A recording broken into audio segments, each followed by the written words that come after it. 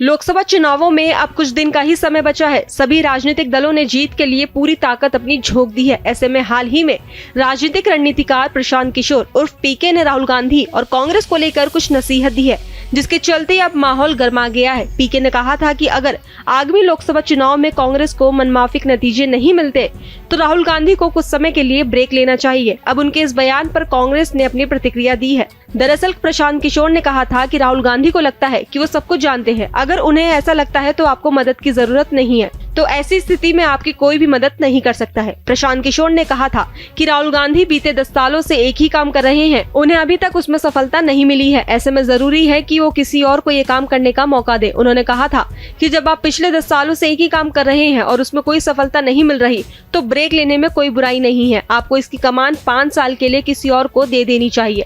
आपकी मां ने भी ऐसा ही किया था। तो वहीं पीके की इस नसीहत से कांग्रेस ने उन पर पलटवार किया है। कांग्रेस ने हालांकि स्पष्ट तौर पर प्रशांत किशोर के बयान पर प्रतिक्रिया देने से इनकार कर दिया है, लेकिन पार्टी प्रवक्ता सुप्रिया श्रीनेत ने कहा कि मैं कंसल्टेंट्स के बयानों का अब जवाब नहीं देती। नेताओं के बारे में बात करें, सलाहकारों के सवालों का जवाब देने का तुक बनता है।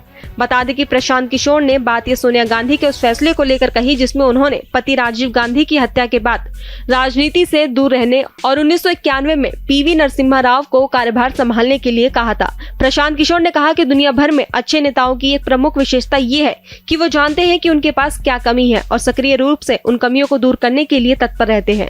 तो वहीं पीके ने लोकसभा चुनाव को लेकर बीजेपी के लिए भविष्यवाणी की थी। इस लोकसभा चुनाव में बीजेपी 300 से ज्यादा सीटें जीत सकती है।